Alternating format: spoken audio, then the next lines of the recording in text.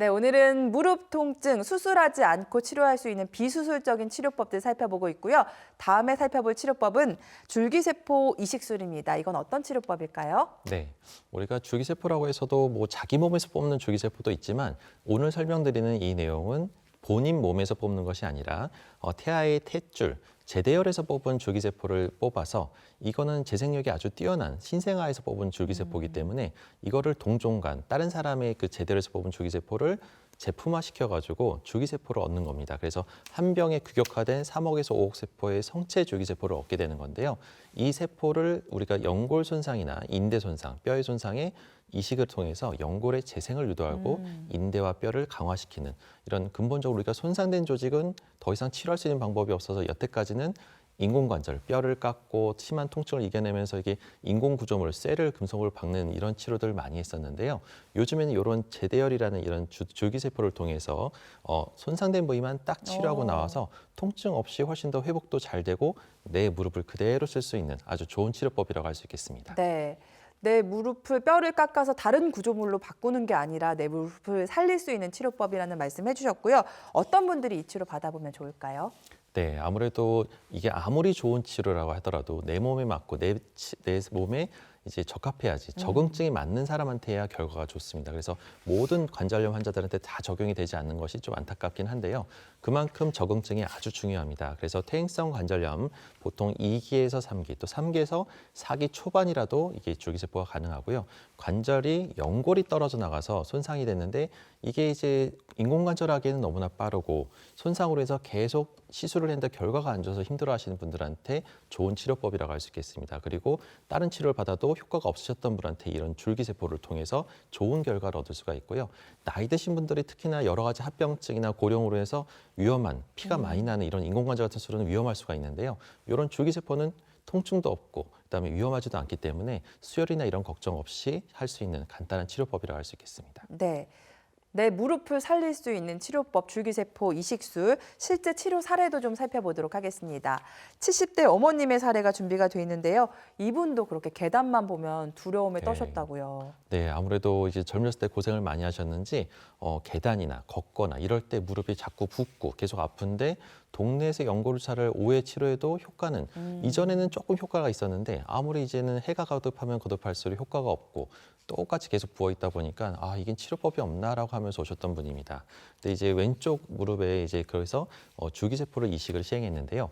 관절경으로 보게 되면 왼쪽 사진을 보면은 연골이 하얗게 있어야 될 부위가 부분적으로 떨어져 나가면서 연골이 살짝 까져서 연골이 벗겨지기 시작하는 그런 부분이 보이고 있는데요. 이런 시술 전에 이런 연골 손상에 줄기세포를 이식했더니 오른쪽에 두꺼워진 연골로 해서 아주 두껍게 기존의 연골보다도 더 하얗게 두껍게 잘 자란 소견이 보이고 있어서 이 시술을 하고 나서 어머님은 다행히도 인공관절 걱정 없이 아주 잘 지내시는 분 중에 한 분이라 할 수 있겠습니다. 네.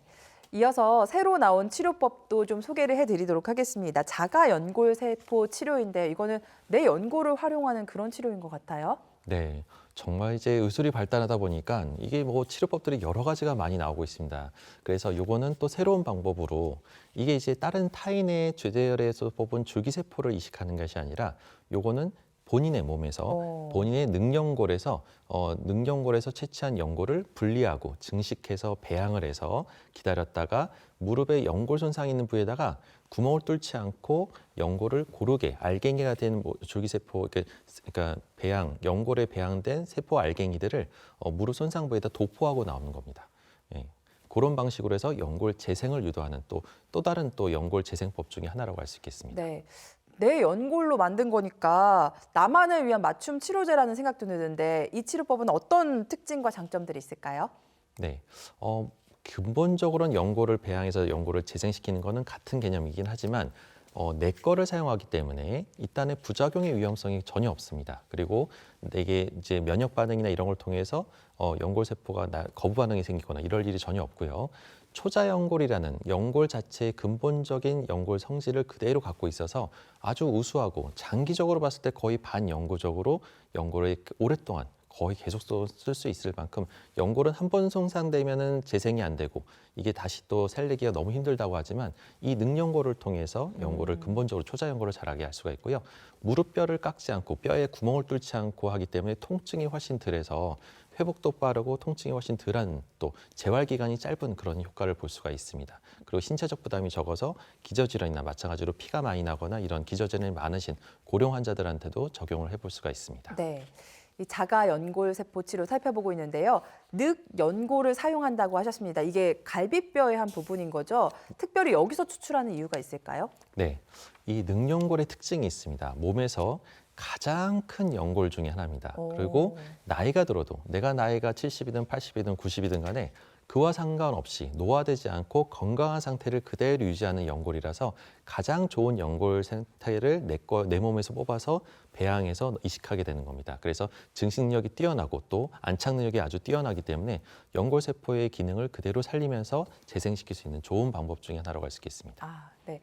여기 있는 뼈가 제 뼈 중에 가장 젊은 뼈군요. 네, 맞습니다. 이 늑연골 세포를 사용하는 자가 연골 세포 치료, 실제 치료 사례도 살펴볼 텐데요.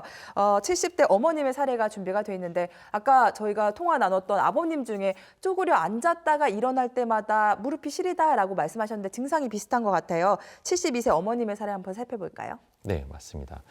이 70대 초반에 이제 어머님이셨는데 계단을 오를 때 극심한 약간 시린 통증이 날카로운 통증이 있어서 바닥에 앉을 때나 일어설 때 그때마다 통증이 있어서 아 이거 큰일 났네 이제 점점 아파지면 이제 인공관절하는 거 아닌가라고 해서 오셨던 분인데 물리치료나 약물치료나 연골살 맞아도 전혀 효과가 없어서 다른 치료법이 없는지 궁금해서 오셨던 분 중에 한 분입니다. 그래서 왼쪽 사진을 보게 되면 우리가 시술 전에 우리가 이제 보면 연골이 부분적으로 있긴 있지만 떨어져 나가면서 부분적인 연골 손상이 있어서 그 부위에다가 늑연골을 통해서 이식을 했더니 오른쪽 시술 후에 보니까 아주 하얗게 아주 기존 연골보다도 더 하얗게 새롭게 자란 연골 쇄골을 볼 수가 있겠습니다. 네. 오늘 이렇게 저희가 수술하지 않고도 무릎 통증 치료하는 방법도 여러 가지 소개해드렸는데요. 나에게 맞는 치료법은 뭘까 궁금하시다면요. 저희 쪽으로 문의 주시면 되겠습니다. 시청자 참여 방법 다시 한번 안내해드립니다.